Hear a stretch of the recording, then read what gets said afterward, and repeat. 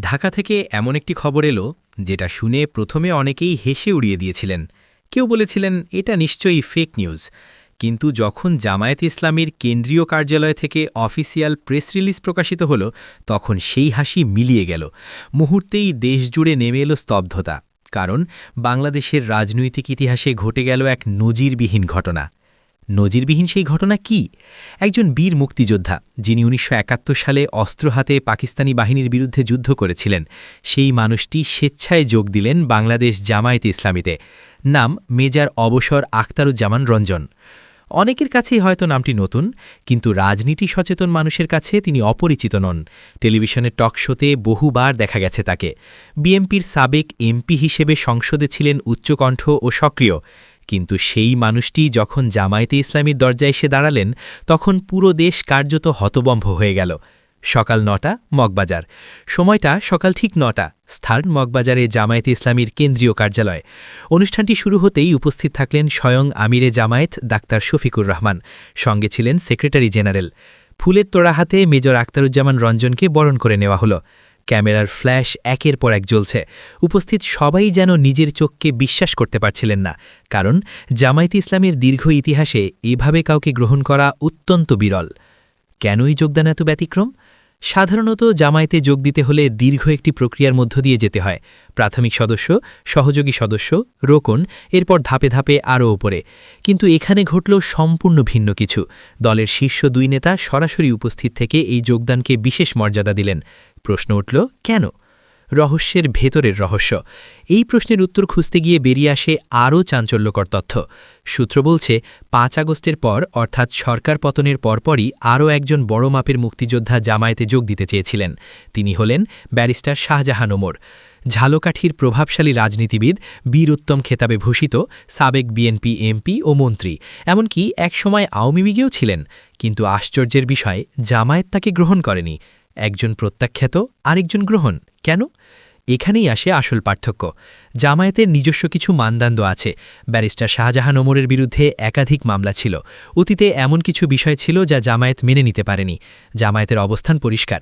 ভবিষ্যতে তিনি যদি পরিশুদ্ধ হয়ে তওবা করে আসেন, তখন বিষয়টি বিবেচনা করা যেতে পারে। অন্যদিকে মেজর আখতারুজ্জামান রঞ্জনের পরিস্থিতি ছিল সম্পূর্ণ ভিন্ন। কোনো ফৌজদারি মামলায় অভিযুক্ত নন, ঋণখেলাপি নন, গুরুতর দুর্নীতির অভিযোগ নেই। সবচেয়ে গুরুত্বপূর্ণ বিষয়, জুলাই আন্দোলনে অবস্থান। জুলাই আন্দোলনের সময়ে তিনি স্পষ্টভাবে হাসিনা সরকারের বিরুদ্ধে অবস্থান নিয়েছিলেন। সময়মতো সঠিক পক্ষ বেছে নিয়েছিলেন। জামায়াতের কাছে এই বিষয়টি অত্যন্ত গুরুত্বপূর্ণ। জামায়াত হঠাৎ এতটা উদার কেন? এই প্রশ্নের উত্তর লুকিয়ে আছে ৫ আগস্ট পরবর্তী রাজনৈতিক বাস্তবতায়। জামায়াত এখন আর শুধু ক্ষমতায় যেতে চায় না, তারা নিশ্চিতভাবেই ক্ষমতায় যেতে চায়। কিন্তু শুধু ক্যাডার ভিত্তিক সংগঠন দিয়ে বাংলাদেশে নির্বাচন জেতা যায় না। দরকার বৃহত্তর জনসমর্থন, বিভিন্ন শ্রেণী পেশার মানুষের অংশগ্রহণ। এই বাস্তবতা জামায়াত বুঝে গেছে। অনেকেই একে বলছেন জামায়াত 2.0। রাষ্ট্র সংস্কারের কথা যারা বলছেন, তাদের আগে নিজেদের সংস্কার করা দরকার।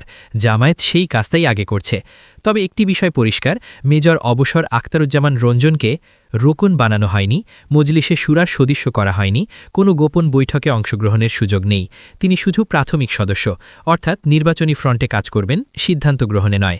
নির্বাচনী ফ্রন্ট বনাম মূল সংগঠন। জামায়াত খুব সচেতনভাবে দুইটা জায়গা আলাদা রাখছে। মূল ক্যাডার ভিত্তিক সংগঠন, নির্বাচনী ফ্রন্ট। নির্বাচনে প্রয়োজনে বিভিন্ন ব্যাকগ্রাউন্ডের মানুষকে সামনে আনা হবে। এটা নতুন কিছু নয়। অতীতেও জামায়াত খ্রিস্টান প্রার্থী দিয়েছে, অনেকেই জানেন না, কিন্তু এটা সত্য। সমালোচনা ও বাস্তবতা। অনেকে বলছেন এই ধরনের বিতর্কিত লোকজন পরে জামায়াতের ক্ষতি করতে পারে, কিন্তু বাস্তবতা হলো তিনি জামায়াতের কোনো গোপন তথ্য জানবেন না। সবচেয়ে বেশি যা করতে পারবেন, একদিন জামায়াত ছেড়ে চলে যাওয়া। তাতে জামায়াতের কিছুই হবে না। সবচেয়ে বড় বার্তা, এই যোগদানের মাধ্যমে জামায়াত একটি শক্তিশালী বার্তা দিয়েছে। দেখো, মুক্তিযুদ্ধ নিয়ে এতদিন যে রাজনীতি হয়েছে, সেই রাজনীতি এখন আর কাজ করছে না। যারা জামায়াতকে স্বাধীনতা বিরোধী ট্যাগ দিয়ে কোণঠাসা করতে চেয়েছিল, তাদের মুখে এখন কার্যত চুনকালি। একজন বীর মুক্তিযোদ্ধা নিজে এসে জামায়াতে যোগ দিচ্ছেন। এর চেয়ে বড় প্রমাণ আর কি হতে পারে? রঞ্জনের বক্তব্য কেন গুরুত্বপূর্ণ? নিজের বক্তব্যে মেজর অবসর আখতারুজ্জামান রঞ্জন বলেছেন, জামায়াতে ইসলামীর নীতি ও আদর্শ আমাকে আকৃষ্ট করেছে। দেশপ্রেম, স্বাধীনতা ও সার্বভৌমত্ব রক্ষায় জামায়াতের অবিচল অবস্থানের প্রতি আমি আস্থাশীল। একজন মুক্তিযোদ্ধার মুখে এই কথা, এর ওজন আলাদা। সামনে কি হতে যাচ্ছে? সূত্র বলছে এটা শুধু শুরু। সামনে বিএনপির সাবেক এমপি, সাবেক মন্ত্রী, জাতীয় পার্টির নেতা, সাবেক সচিব, আমলা, বিচারপতি অনেকেই জামায়াতের দিকে ঝুঁকছেন। এটা জামায়াতের যেমন সুযোগ, তেমনি বড় চ্যালেঞ্জও। মেজর অবসর আখতারুজ্জামান রঞ্জনের জামায়াতে যোগদান শুধু একজন ব্যক্তির দলবদল নয়, এটা বাংলাদেশের রাজনীতিতে এক নতুন অর্থের সূচনা। মুক্তিযুদ্ধকে পুঁজি করে যারা রাজনীতি করেছে, এই ঘটনা তাদের জন্য একটি স্পষ্ট সতর্কবার্তা।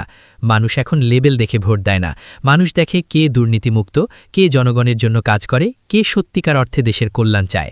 আপনি এই রাজনৈতিক পরিবর্তনকে কিভাবে দেখছেন? এটা কি সত্যিই নতুন বাংলাদেশের ইঙ্গিত, নাকি সাময়িক রাজনৈতিক কৌশল? মতামত জানান কমেন্টে। ভিডিওটি ভালো লাগলে লাইক দিন, আর এমন বিশ্লেষণ পেতে চ্যানেলটি সাবস্ক্রাইব করতে ভুলবেন না। সত্যের পথে, দেশের পক্ষে। আবার দেখা হবে।